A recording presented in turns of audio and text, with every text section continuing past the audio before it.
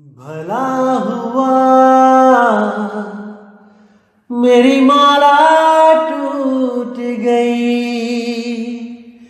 मैं राम भजन से छूटी।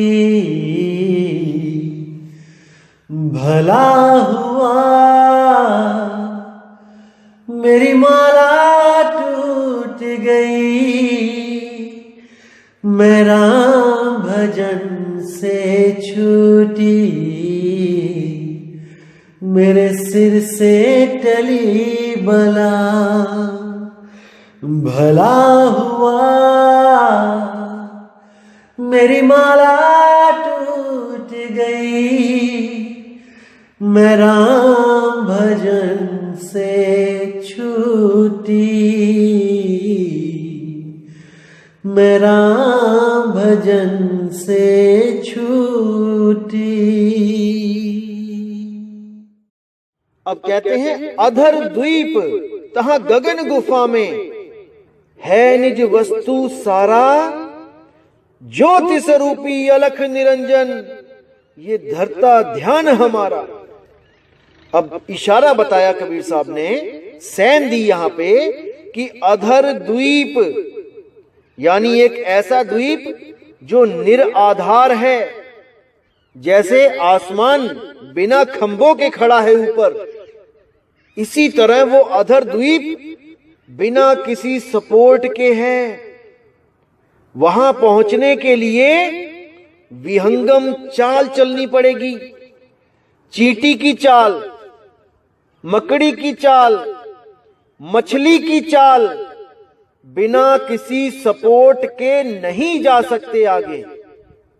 लेकिन वो अधर द्वीप है, वहां पर पहुंचा केवल विहंगम यानी पक्षी की चाल के द्वारा जाया जा सकता है। वहां पर उसी चाल से पहुंचा जा सकता है, अन्यथा कोई रास्ता नहीं है। कोई सोचे कि मैं पहले चींटी की चाल चलूंगा, फिर मेरी चाल बदल जाएगी आगे जाके, फिर मैं मकड़ी की चाल चलूंगा और आगे जाके चाल बदल जाएगी, फिर मैं मछली की चाल चलूंगा, फिर चाल बदल जाएगी, फिर मैं वहां पक्षी बन के उड़ जाऊंगा। ऐसा नहीं होगा भाई, कोई गलत फहमी में मत रहना। जिसको उनके गुरुओं ने बोल रखा है कि अभी तुम मछली की चाल चलो यानी श्वासों का जाप करो, आगे जाके तुम उड़ना सीख जाओगे, ये भरम जाल है, भरम जाल। बिल्कुल गलती में मत रहना इसकी। जो गुरुजी ने आज पकड़ा दिया मेरे भाई, 100 साल बाद भी वही पकड़े नजर आओगे, वही श्वासों पे जाप चल रहा होगा। ज्यादा से ज्यादा क्या होगा कि कुछ प्रकाश, अरबों खरबों करोड़ों सूरज का प्रकाश आ जाएगा, उसको देख देख के खुश होते रहोगे कि वाह मेरे गुरु ने मुझे कितनी अच्छी चीज दे दी है, कितना आनंद आ रहा है, प्रकाश ही प्रकाश देख रहा हूं। मेरे भाई ये प्रकाश तब तक ही है जब तक तुम घट में बैठे हो, क्योंकि ये तत्वों का प्रकाश है और इसको जो देख रहा है उसको अपनी सुध नहीं है कि वो कौन है। जो दिख रहा है वो दृश्य है और तुम दृश्य में इतना खो गए हो कि तुम्हें दृष्टा का होश नहीं रहा कि दृष्टा ही सत्य है।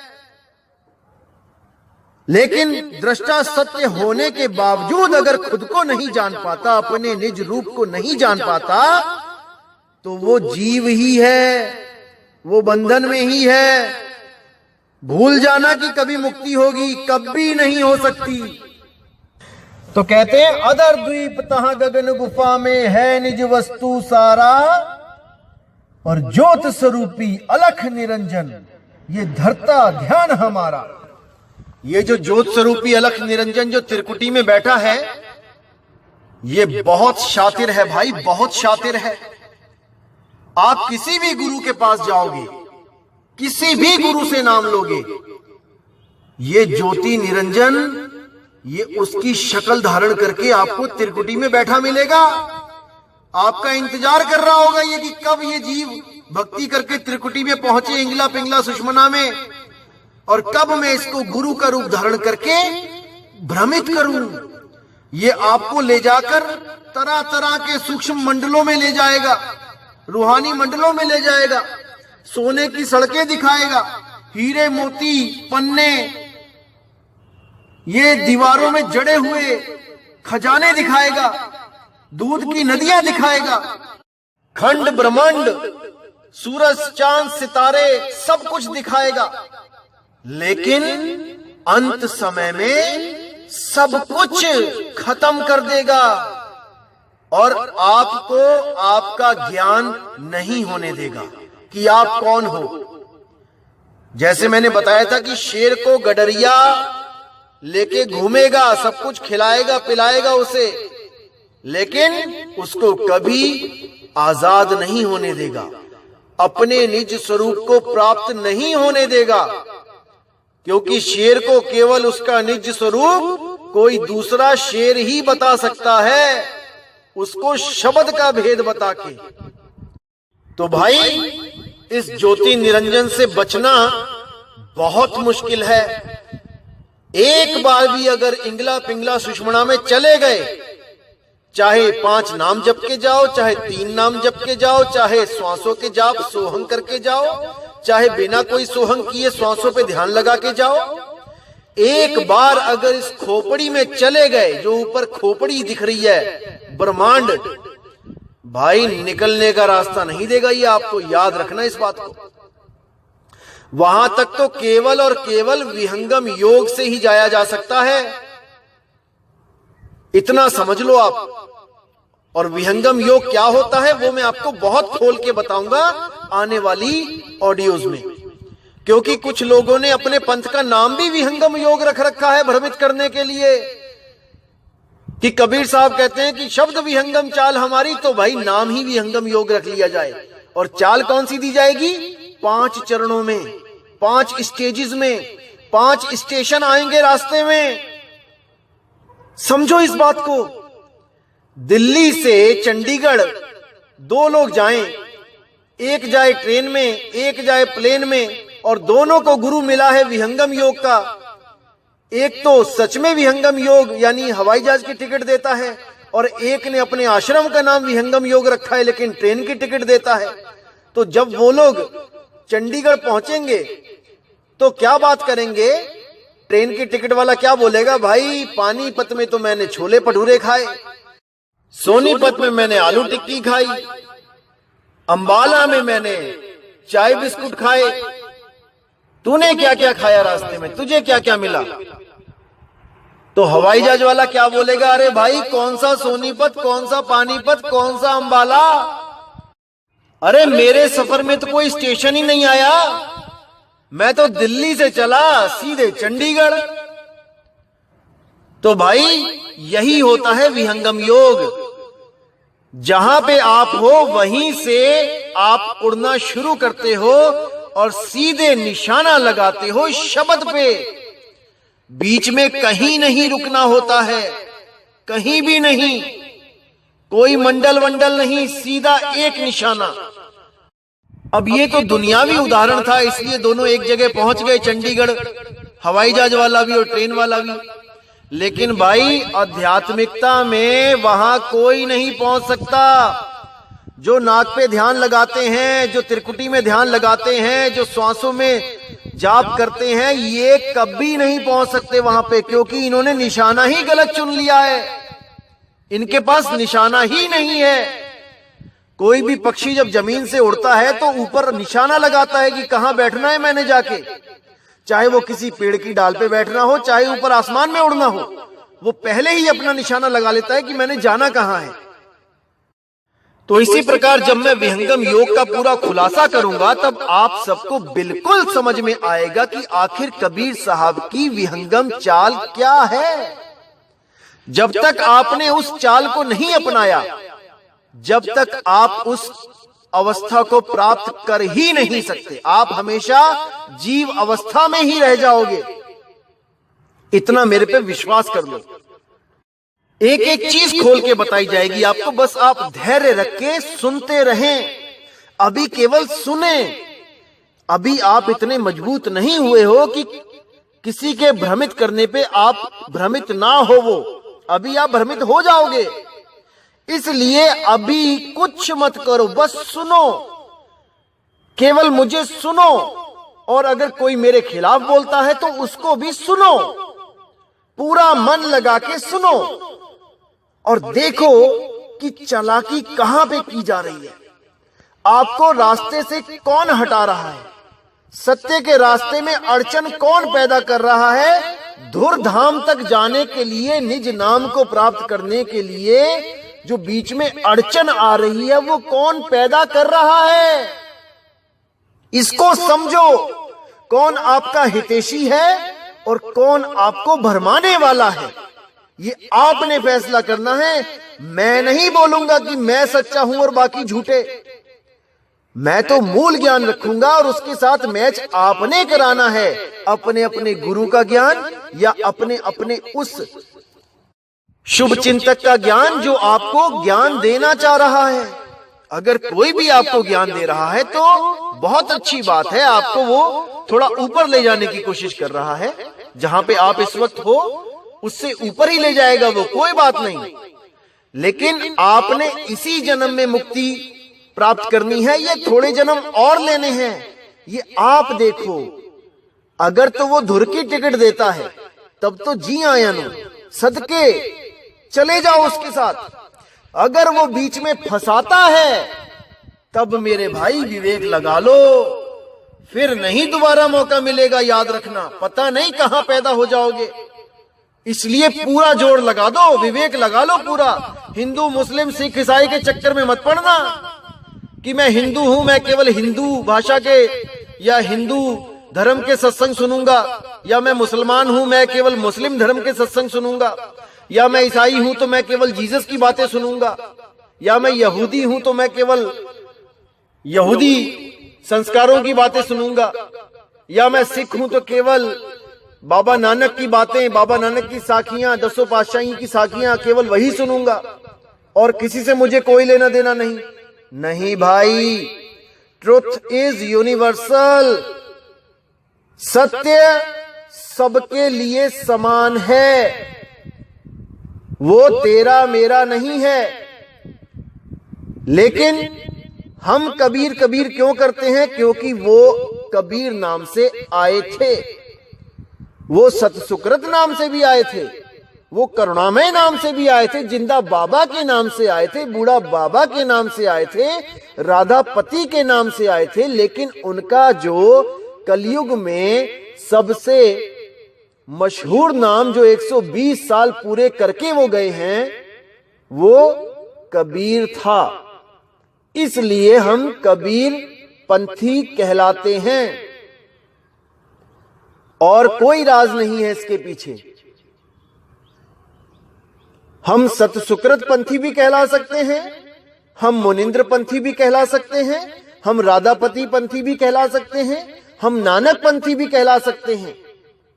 लेकिन हमारे पास अगर सत्य हो तो जो सत्य नानक साहब ने बोला, जो सत्य कबीर साहब ने बोला, रविदास जी ने बोला, अगर वो सत्य आपके पास है तो फिर नामों को तो भूल जाओ।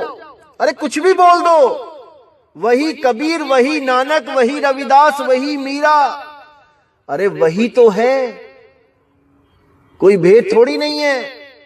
अगर पानी का गिलास आपके पास है तो इसको वाटर कह के पियो, जल कह के पियो, नीर कह के पियो, तोय कह के पियो, जौल कह के पियो, जैसे मर्जी पियो, पर पानी होना चाहिए पास। और पानी नहीं है तो चाहे सारे ही नाम जप लो, गला गीला नहीं होने वाला, नहीं होने वाला। तो कहते हैं अधर द्वीप तहां गगन गुफा में है निज वस्तु सारा। जो सार वस्तु है, वस्तु की बात हो रही है यहां पे। अरे वस्तु कहीं ढूंढे कहीं कैसे लागे हाथ, और गुप्त वस्तु तब मिले जब भेदी लीजे साथ। अब वस्तु कहां पे है? अधर द्वीप। अधर द्वीप कहां पे है? एक ऐसा द्वीप जहां पर कोई सपोर्ट नहीं है, यानी इस शरीर में जितने भी चक्र हैं एक दूसरे की सपोर्ट में हैं।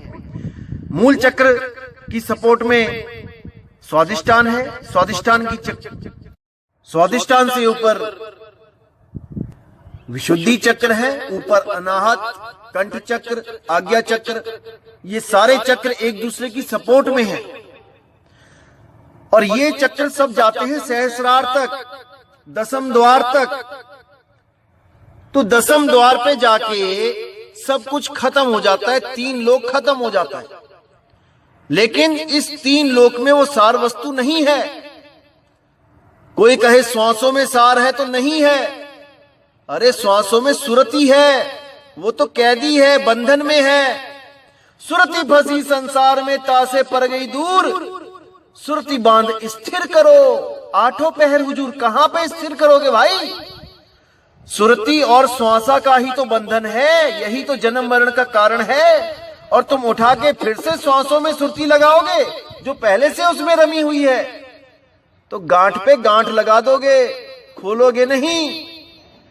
तो ऐसा गुरु चाहिए जो उस सुरति को श्वासों में ना लगा के सीधे सार वस्तु में लगाए, उस सार वस्तु का ध्यान करवाए जो अधर द्वीप में है। जब नामदान दिया जाता है तब वो अधर द्वीप लखाया जाता है कि वो कहां पे है, कैसे मिलेगा वो, जहां पे सार वस्तु पड़ी है।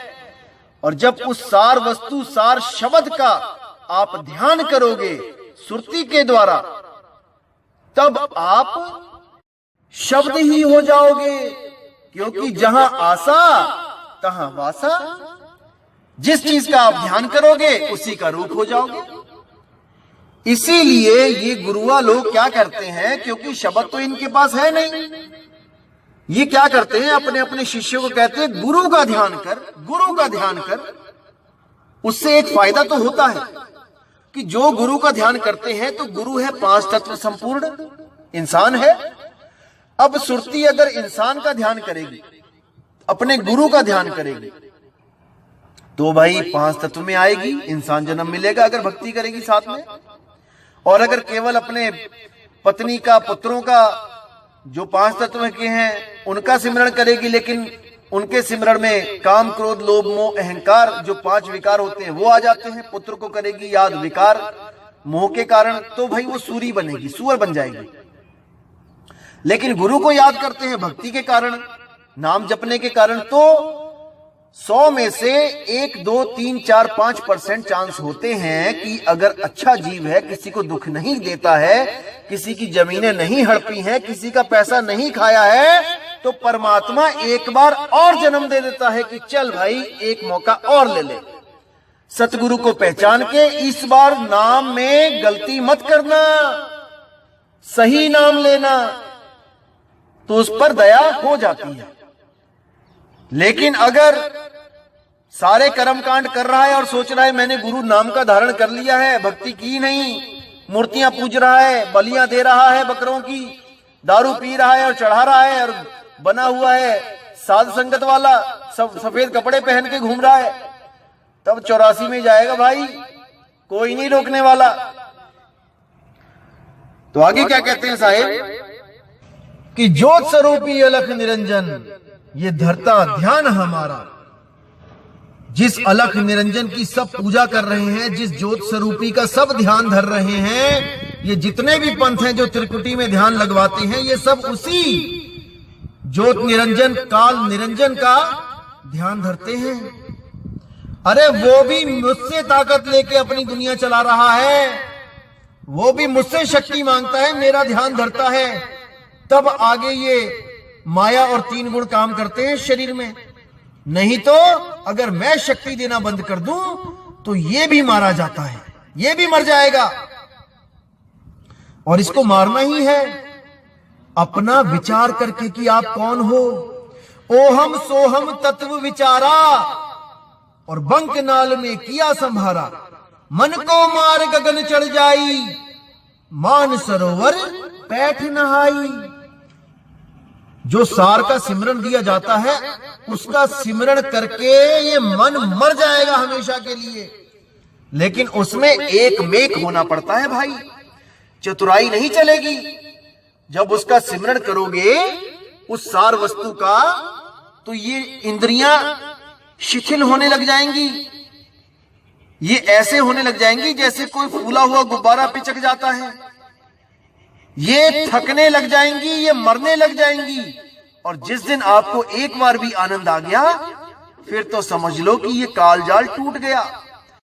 फिर सुरती इन इंद्रियों के बस में नहीं आएगी। अभी तक जो सुरती इंद्रियों से भोग ले रही है, जो आनंद ले रही है, ये मन इंद्रियों के द्वारा इस सुरती को फंसा के बैठा है, उसके बाद हाथ नहीं आएगी, फिर तो मर ही गया समझो ये। तो आगे साहिब क्या कहते हैं, अब कहते हैं अधर द्वीप हाड चाम लहू ना मेरे, कोई जाने सतनाम उपासी, तारन तरन अभय पद दाता, मैं हूं कबीर अविनाशी, मैं हूं कबीर अविनाशी। मतलब कि मेरे हाड चाम लहू श्वास कुछ नहीं है मेरी। कोई सोचे कि मैं श्वास हूं और मैं हर घट में श्वास में हूं, यह भी नहीं है भाई, भूल जाओ इसको भी। मैं पांच तत्व का हूं ही नहीं, तो मैं श्वासों में कैसे हूं, मैं मिट्टी में कैसे हूं, मैं अग्नि में कैसे हूं, मैं जल में कैसे हूं, मैं नहीं हूं। हाड चाम लहू ना मेरे, जाने सतनाम उपासी। जो सतनाम का सिमरण कर रहा है केवल वही जान सकता है कि मैं क्या हूं, क्योंकि मैं ही सतनाम हूं, मैं ही वो सतनाम करता पुरख हूं जो पांच तत्वों से न्यारा अजर अमर अविनाशी है। और जो लोग सोच रहे हैं कि हम ओहम सोहम जप रहे हैं, श्वास छोड़ी ओम, श्वास लिया सोहम, या श्वास छोड़ी ओम, श्वास लिया सोहम सत्य कबीर, अरे भाई वो मुझे नहीं जान पाते, वो नहीं समझ सकते कि मैं क्या चीज हूं। मैं नी शब्द हूं, मैं नी अक्षर हूं, मैं विदेही हूं, देही नहीं हूं, नहीं हूं, नहीं हूं। और जो मुझे देही समझता है उसके जैसा नादान इस दुनिया में कोई नहीं। जो सोचता है कि कबीर कोई शरीर है, एक बाबा जी आएंगे दाढ़ी वाले टोपी पहन के, वो कबीर जी होंगे, मुझे नामदान देंगे। कई लोग अभी इस भ्रम में बैठे हुए हैं कि कोई आएगा मुझे नाम देगा, वो कबीर होगा। अरे नहीं भाई, कुछ लोग तो रोते हैं कबीर के लिए रातों में उठ उठ के कि कबीर साहब नाम दे दो। अरे नहीं भाई, वो ऐसे नहीं मिलेंगे, वो तो अपना भेद बता के जा चुके हैं भाई। अब उसके पास जाओ जिसको उनका भेद पता है। नाम हमारा सब जग लेता, भेद हमारा कोई ना कहता। अरे मेरा भेद जानेगा सोई, जाका सतगुरु पूरा होई। जिसका सतगुरु पूरा होगा मतलब जिसको स्वयं मैंने आके नाम दिया होगा, क्योंकि पूरा सतगुरु तो एक ही है, वो बंदी छोड़ एक ही तो है पूरा सतगुरु। जब तक वो किसी को भेद ना बता दे अपना, जब तक कोई जान ही नहीं सकता उसको। सो तुझ जाने जिसनो आप बुझाइंदा। अरे जिसको तू खुद आके बता दे कि तुम कौन हो, वही तुम्हें जान सकता है, अन्यथा कोई नहीं, कोई नहीं। तो कहते हैं हाड चाम लहू ना मेरे, कोई जाने सतनाम उपासी, तारन तरन अभय पद दाता, मैं हूं कबीर अविनाशी। मैं वो अविनाशी हूं जिसको कबीर कहते हैं। अरे कक्का केवल नाम है, बब्बा ब्रह्म शरीर, और रारा सब में रम रहा, ताको नाम कबीर।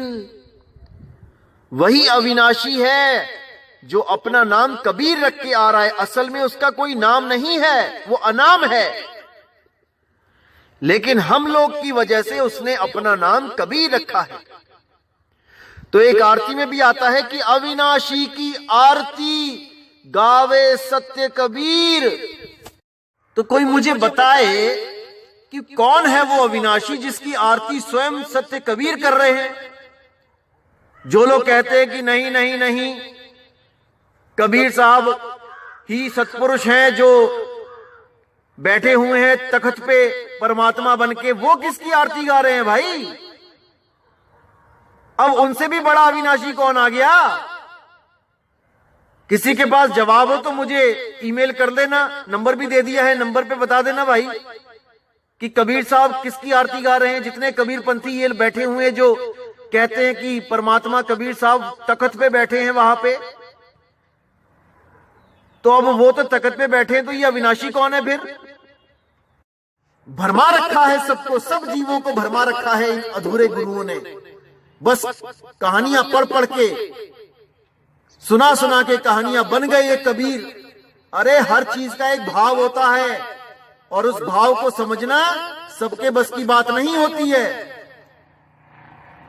इसका भाव यह है कि अविनाशी की आरती गावे सत्य कबीर, कि कबीर भी उस अविनाशी आत्मा की आरती गा रहे हैं जो वो स्वयं हैं, जो उनका निज नाम है। क्योंकि पीछे वो बोल चुके हैं कि सत्य स्वरूपी नाम साहिब का सो निज नाम हमारा, कि मुझ में परमात्मा में और तुम में कोई फर्क नहीं है, लेकिन मैं मूल सुरती हूं जो सबको चेताने आती है, और तुम एक आम सुरती हो गए हो जिसको जीव कहा जाता है, जो श्वासों के साथ तुम्हारी गांठ बन गई है।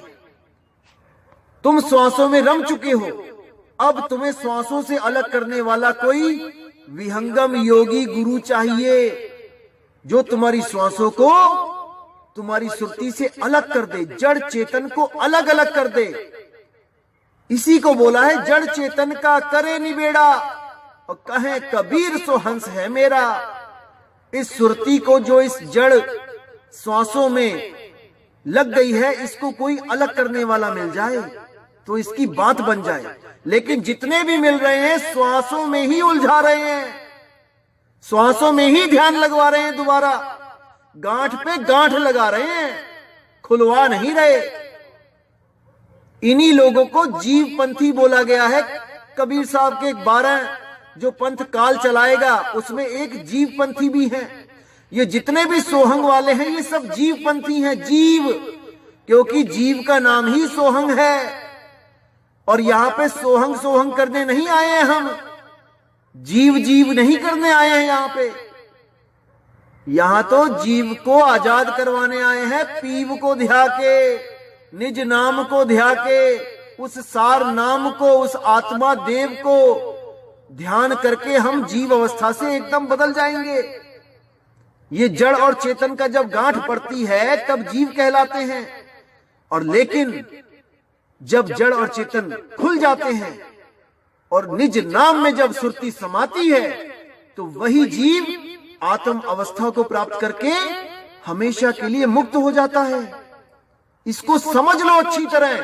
जो भी तुम्हें जीव बनाने की कोशिश करे, जीव तो तुम ऑलरेडी हो, लेकिन तुम्हें दोबारा जीव का नाम दिया जाए सोहंग जपने के लिए, बिल्कुल मत भरमना मेरे भाई। हजारों गुरु बैठे हैं सोहम नाम देने वाले, केवल कबीर पंथ में ही नहीं है ये। किसी भी गुरु के पास, शिष्यों के पास जाके सोहम का नाम तो लेके देखो, कैसे चेहरे खिल जाते हैं सबके। हाँ जी हाँ जी हाँ जी, सोहम ही तो है। बिल्कुल नहीं, निज नाम की बात करो, सोहम की नहीं। मंत्र नहीं, सोहम सत्य कबीर। कुछ तो ऐसे पंथ चल रहे हैं जो आपको नाम भी देंगे जपने के लिए कि मुंह से जपो सोहम सत्य कबीर बंदी छोड़, और एक दिन वो बंदी छोड़ आएगा और आपको नाम देगा कि बताओ। ऐसे भरमा रखा इन लोगों ने। और चाल क्या बताएंगे कि पहले बुधा चक्र पे ध्यान लगाओ, लाल रोशनी होगी, फिर ऊपर चढ़ो, फिर और ऊपर चढ़ो, करते करते करते आज्ञा चक्र पे पहुंच जाओ, ज्योत के दर्शन होंगे, घंटा सुनाई देगा। अरे ब्रह्मा जी को भी घंटा ही सुनाई दिया था, घंटे की आवाज सुनाई दी थी, तब काल ने भरवा दिया था उनको। कबीर साहब समझाते रहे कि ब्रह्मा ये निज नाम नहीं है, लेकिन काल ने क्या किया, घंटे की आवाज सुना दी। अनुराग सागर में पढ़ो, जिस घंटे की आवाज को आप लोग कान बंद करके सुनने की दिन रात कोशिश कर रहे हो, वो तो ब्रह्मा जी को वैसे ही सुना दी थी काल ने, और ब्रह्मा की बुद्धि फिर गई। साफ लिखा है वहां पे, मैं फोटो भी शेयर करूंगा अनुराग सागर की। जब ब्रह्मा की बुद्धि फिर गई, कबीर साहब की बात ही नहीं मान रहा है उस घंटे को सुन के, तो आप लोग जब सुनोगे तो क्या आपको ज्ञान हो जाएगा? आप ज्ञानी हो जाओगे क्या? इतनी भी बुद्धि नहीं लगा रहे हैं। और बड़े बड़े पंथों ने तो अनुराग सागर तक नहीं छापी है कि हमारे भेद ना खुल जाएं। बातें करेंगे कबीर की कि हम भी कबीर हैं, और उनका ग्रंथ भी नहीं छापते अनुराग सागर। और जिन लोगों ने छापा है उनका क्या हाल है वो भी आपको आने वाले ऑडियोज में बताऊंगा कि कितना जाना उन्होंने कबीर को। छाप तो दिया कबीर कबीर, खुद को कबीर घोषित करवा दिया कि जैसे संत कबीर परमात्मा का रूप है, हम भी परमात्मा के रूप हैं। लेकिन जान नहीं पाए कि कबीर साहब सिमरण किसका करते थे। तुम तो 5 नाम ही जप रहे हो भाई, उसी काल निरंजन ज्योत निरंजन के। कबीर साहब ने नहीं जपे थे। यह भी भेद मैं खोलूंगा आने वाली ऑडियोज में कि क्या हाल है इन लोगों का। तो साहिब कहते हैं कि जो मुझे जानता है वो ये बात कभी नहीं कहेगा कि मेरा कोई शरीर है, कि मैं कोई दाढ़ी वाला बाबा हूं, कि मैं कोई टोपी वाला बाबा हूं। कभी नहीं। मेरे बारे में केवल वही जान सकता है जो सतनाम का उपासी है, सतनाम का उपासी, क्योंकि मैं ही सतनाम हूं। और जो पंथ ओम सोहम को सतनाम बना के पेश कर रहे हैं वो कभी नहीं जान पाएंगे, क्योंकि उनके ही मुख से सुन लो, ओम काल का नाम, सोहम अक्षर पुरुष का नाम। कबीर साहब का तो नाम ही नहीं है सतनाम में, उनके अनुसार जो सतनाम बना दिया गया है। लेकिन यहां साहिब कह रहे हैं कि मुझे वही जान सकता है जो सतनाम का उपासी है। और जब तुम्हारे सतनाम में ओम सोहम में कबीर साहब का नाम ही नहीं है, जिसको तुम कहते हो कि तीसरी बार में जो नाम मिलेगा सोहम सत्य कबीर साथ में, तो जब तक वो मिला ही नहीं तो वो सारनाम नहीं बना। सारनाम नहीं बना तो यानी कबीर साहब का नाम नहीं मिला। सतनाम में तो कबीर साहब का नाम ही नहीं देते, तुम लोग मना करते हो। तो फिर कैसे जान लोगे कबीर को? जब नाम ही नहीं जपा कबीर साहब का तो कैसे जान लिया उसको?